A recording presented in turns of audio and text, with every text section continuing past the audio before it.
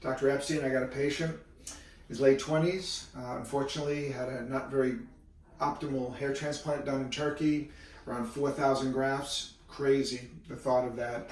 But anyway, the issue is they brought his hairline too low relative to what his total donor supply is. And as concerning, if not more concerning, is the anesthetic nature of these hairs. I trim them. We're going to be removing all of them using this FUE removal procedure. But basically what we're going to do is remove as many of these grafts as possible, plant them up here to give them better density. Then as soon as a month or so down the road, if he's got a few grafts that are still growing, we'll be able to remove them as well, replant them. And then the plan is, if indicated, in around 8-9 months, maybe as long as a year, depends on how the density is here, we can always come back and then also do a little bit of softening of his hairline. I typically get minimal to no visible scarring with these removals. In fact, many times we actually reduce the scarring, because not only am I removing the actual hairs, but the surrounding cuff of skin, which is usually scarred.